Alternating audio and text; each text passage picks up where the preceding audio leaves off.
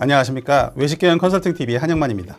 네, 오늘은 외식 창업 메뉴 분석 6회입니다. 네, 육회들 좋아하고 계십니까? 네, 육회는 아무래도 좀 생고기다 보니까 약간 호불호도 있기도 하지만 최근에는 육회 시장이 많이 커져서 많이 선호하는 거고요.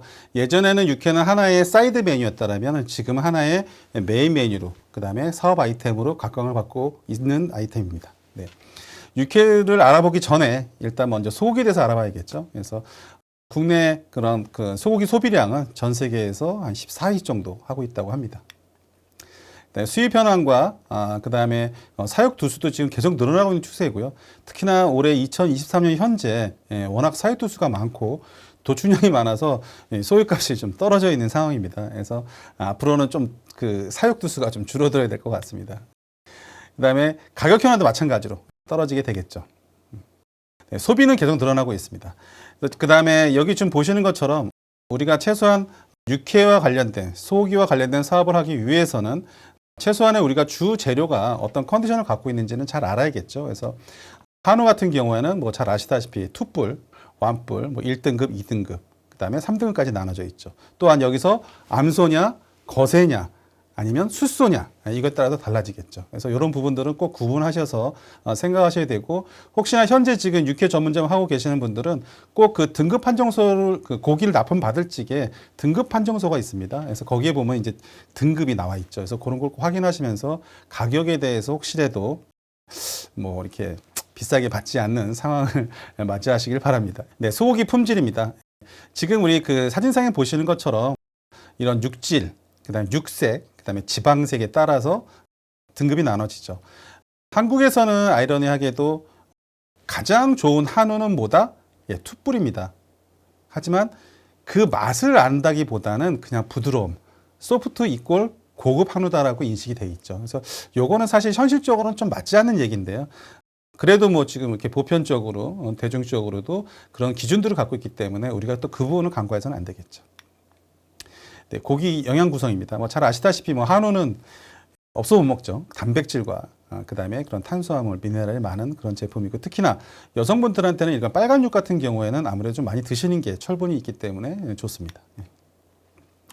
네, 소고기 부위별 소개입니다. 이런 사진상에 보시는 것처럼 우둔하고 사태를 주로 육회로 사용을 하게 되죠. 대중적이고 좀 저렴하게 쓸 수 있는 부분이기 때문에 그러기도 합니다. 그다음에 지방이 적다라는 거죠. 그다음에 소 한우 역사를 보게 되면 뭐 이런 부분들은 사실은 뭐 육회 사업을 하면서 뭐 다 알아야 되냐 하겠지만은 뭐 이런 소의 역사, 뭐 맥주부터 시작해서 어떻게 흘러왔는지, 또 우리나라 한우는 이렇게 농가에서 그런 하나의 가족처럼, 아니면 우리 농사에 쓰는 어떤 일꾼처럼 쓰다가 나중에는 이제 식육으로 진화했다는 내용인데요. 그러니까 이런 것들을 우리가 좀 알면서 또 한번 이렇게 면밀히 살펴보게 되면은 나중에 어떤 브랜드 기획이나 아니면 또 내가 하고자 하는 사업에 대해서 어떤 메뉴의 이름이라든가 이런 거를 좀 발췌하기 좀 좋은 그런 자료가 됩니다. 그래서 저 같은 경우도 많이 그런 역사나 고서들을 많이 활용하고 있거든요. 그래서 그런 것들도 한번 참고해 보시면 좋을 것 같습니다. 한우의 종류입니다. 지금 사진상 보시는 것처럼 잘생겼죠. 그래서 보통 일반적인 그런 전체가 이렇게 그런 누런 황갈색을 띠는 게 일반적인 한우고요. 여기 좀 약간 범 같기도 하고, 뭐 그러니까 소위 칡소라고 하는데요. 요즘 최근에 좀 뭐 울릉도에서 이런 사육두수가 좀 늘어나고 있는 형태입니다. 가격도 비싸고 사육두수도 얼마 안 됩니다. 그다음에 왼쪽 하단에 보시는 이 흑소, 우리나라에도 흑소가 있다는 걸 아시나요? 제주도에만 있습니다. 제주도에 가면은 천연기념물 546호 천연기념물로 지정이 되어 있는 거라서 되게 귀한 소고요. 그다음에 전체 지금 현재 사육 두수가 2,000마리가 채 안 됩니다. 그러다 보니까 가격도 비싸고, 또 일반 우리 그런 한우보다 개체량, 기본 사이즈가 좀 작습니다. 그러다 보니까 고기도 좀 덜 나오겠죠. 그래서 가격이 좀 비싼데도 불구하고 제주도에 가시면 한 번쯤 드시면 일반 소랑 틀리구나라는 걸 느낄 수가 있을 겁니다. 그래서 거기 가면은 검은새 몰고 온 거기 이제 대표적인 그런 후구 전문점이 있는데요. 보통 뭐 제주도에 운동하러 가셔가지고 많이 들리시는 것 같아요. 객단가 비쌉니다. 1인당 한 20만 원 보셔도 되고요. 그 다음에 배구 같은 경우는 뭐 저도 아직까지는 보지 못했습니다. 그러니까 어떤 뭐 유전자 조작을 하거나 이런 게 아니고 그냥 자연 품종이 있다고 하는데 아직 저는 보지 못했고요. 그래서 지금 국내에서는 대표적으로 이런 누런 항소가, 누런 한우가 대중적인 거고 최근에 이런 프리미엄 시장, 뭐 하이엔드 시장, 뭐 이런 식으로 해서 확장되고 있는 게 칙소하고 흑우다라고 이해하시면 될 것 같고요. 아마도 수도권에서는 칙소하고 흑우 가지고 매장을 출점하기에는 물량이 모자랄 겁니다. 그래서 이런 부분들은 꼭 한번 체크해 보시는 게 좋을 것 같습니다. 네, 한우 관측입니다.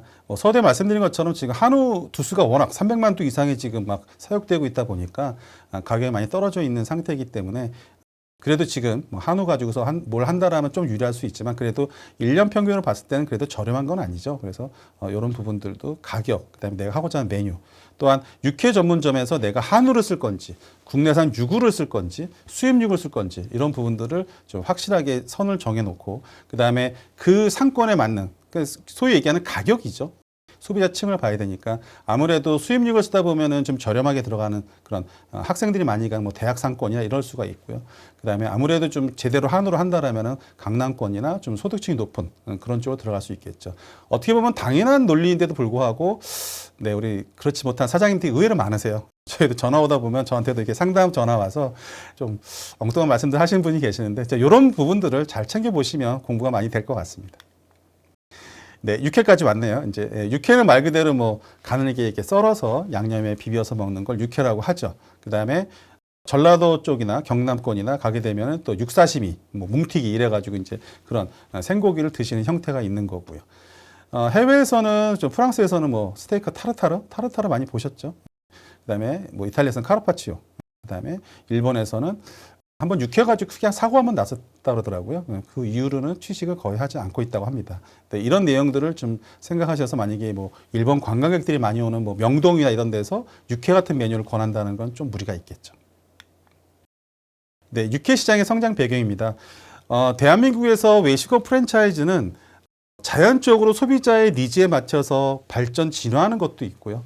근데 거의 한 70%는 거의 시장을 우리 사업하는 분들께서 저희 같은 사람들이 그런 아이템을 만들어서 주도하긴 하죠. 그래서 우리가 2008년도 외환위기를 리먼 브라더스 사태를 겪으면서 경기가 좀 침체가 돼 있죠. 그러면서 좀 한잔하고 싶은데 거하게 먹긴 그렇고 간단하게 마실 수 있는 게 뭐가 있느냐. 그래서 그때 이제 이런 업자들이 소위 사업자들이 좀 급하게 좀 만드는 그런 육회 브랜드들이 만들어졌죠. 근데 사실은 본사에서 그런 경영 노하우나 어떤 뭐 이런 날리지가 좀 많지 않은 환경 하에서 출점을 하다 보니까 우후죽순처럼 많이 생겨는 났지만 지금은 거의 보이지가 않는. 그래서 그래도 아직 몇 개는 남아 있는 것 같아요. 뭐 육회 포차, 뭐 육회 지존, 뭐 육회 달인 등은 남아 있는 것 같아요. 그래서 현재는 좀 많이 정체기이고 거의 좀 많이 폐점을 한 상태입니다.